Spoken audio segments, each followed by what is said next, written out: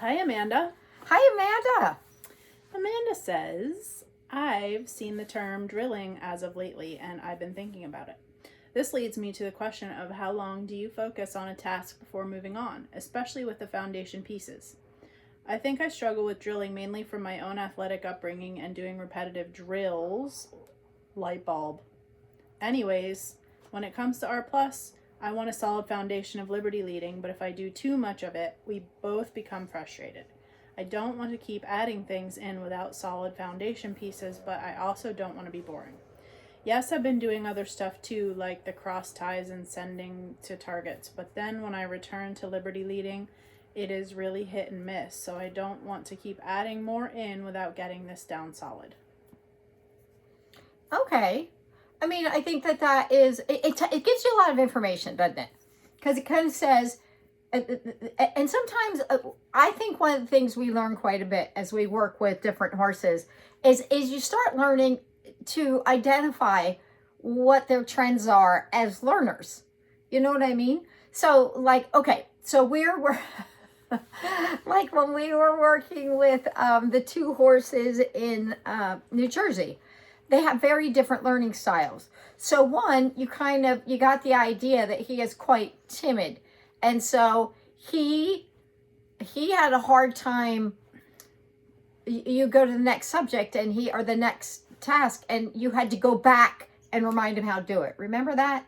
Mm-hmm. Like you go to something else, and then he'd be like, "I don't know" again, and you'd have to go practice it again until it got more solid. That was just kind of a little one of his little learning things that a lot of horses don't have. A lot of horses hang on to it and you can move right to the next thing. So sometimes the more you do things, and this may be something that your horse does, that he has a harder time retaining his new things when they come at him out of the blue, which I would, so there's just different learning styles and different things that can be their little, I mean, we can call them hang-ups. They're not hang-ups, they're just they're learning traits, and as the more you do, the more you start kind of identifying those patterns a little quicker. But I think that really what we want him to be able to do is to be able to switch subjects and get to the piece quicker, to get to the right answer quicker.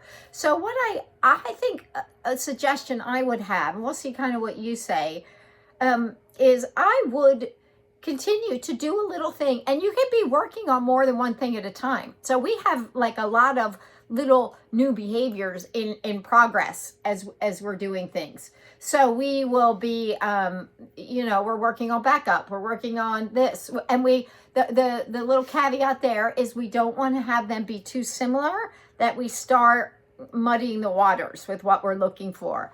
But having a little going from thing to thing actually helps them to be better with their cue discrimination. So we do not want to frustrate them. That's not the goal. And kind of like you said, I feel like I have too much lip stuff on.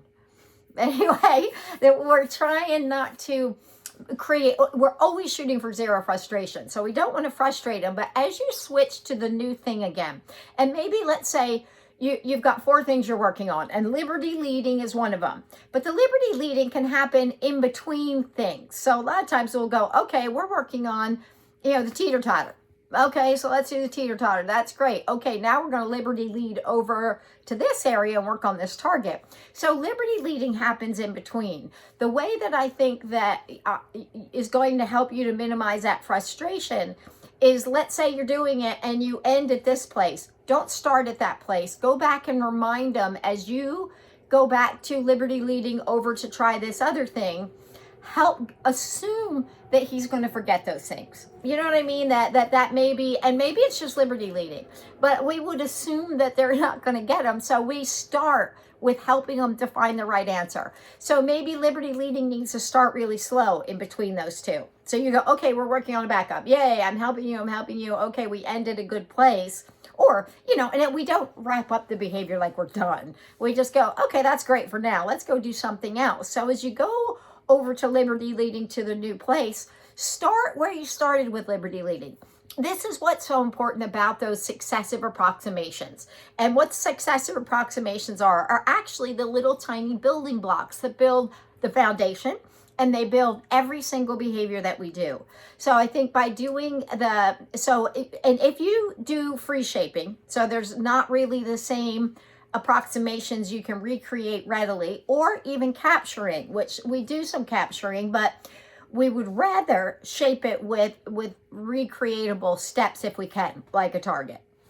So in this way, we can go back to how did we train this behavior? Well, typically with Liberty Leading, how we taught the behavior was one tiny step, keep your head to yourself. One tiny step, keep your head to yourself, or neutral as we kind of progress. Just keep your head in that kind of neutral, maybe slightly to the right. And so go back to those tiny steps that help him learn how to do it so that he's getting the idea, and then continue on to reaching your more further along approximations, your further along criteria. But if he kind of loses track of it, I think go back and remind him and keep him on the right track. Did that sound good, or did that sound a little muddy? It sounds outstanding. Okay, good.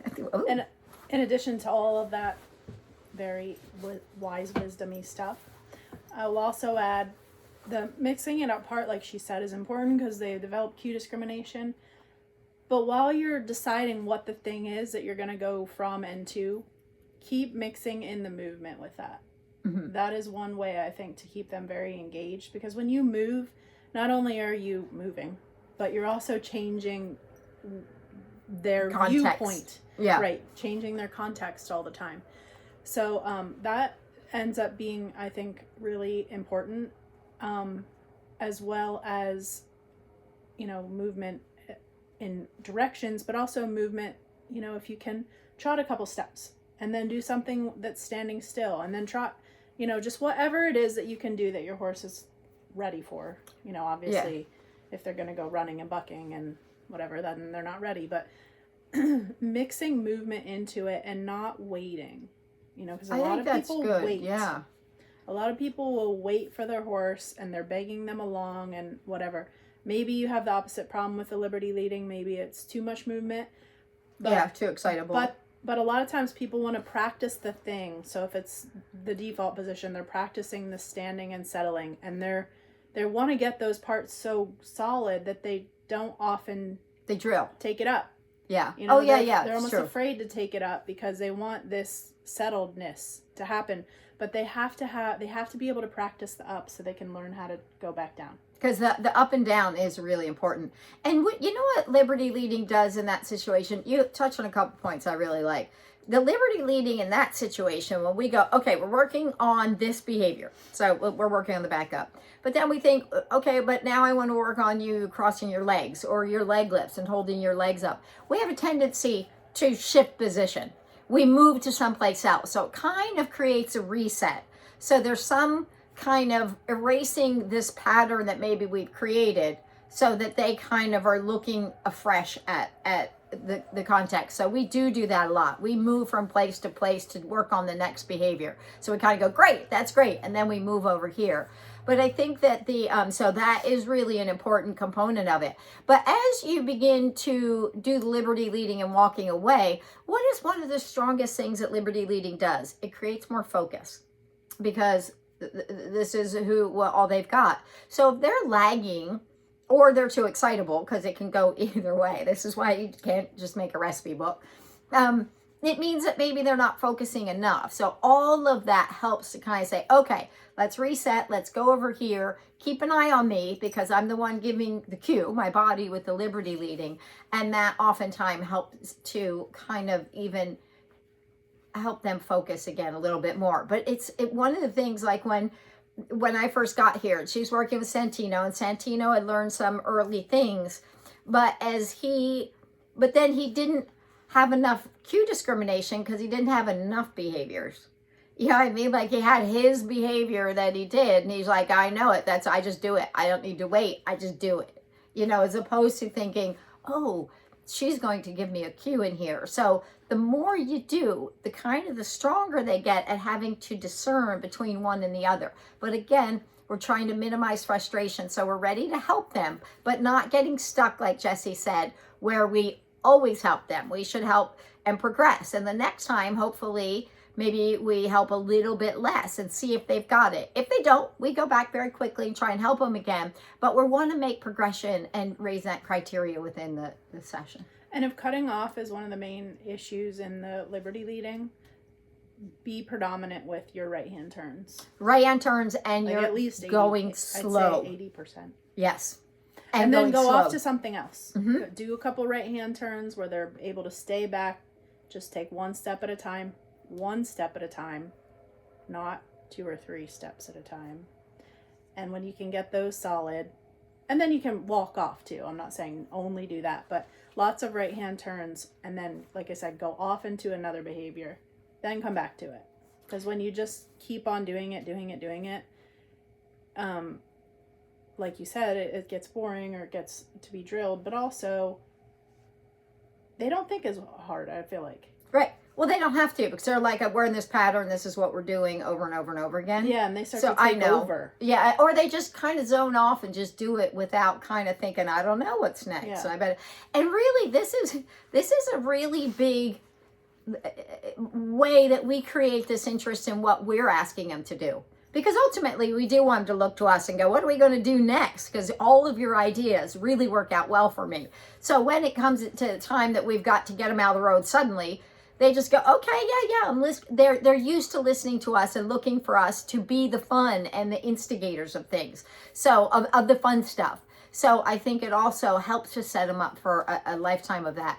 But I think that, like what you're saying, when you have a horse who wants to go, and I don't know if this is necessarily the problem, but recognizing that when we constantly work on slow, that can be frustrating for them. So then, like Jesse said, then we go, okay, right hand turn slow, like lots of food. Okay, now I'm going to walk away kind of quickly and over here, and then we're going to settle again. But you give them a chance to move, and you don't need to reinforce that as much for a horse who has more go.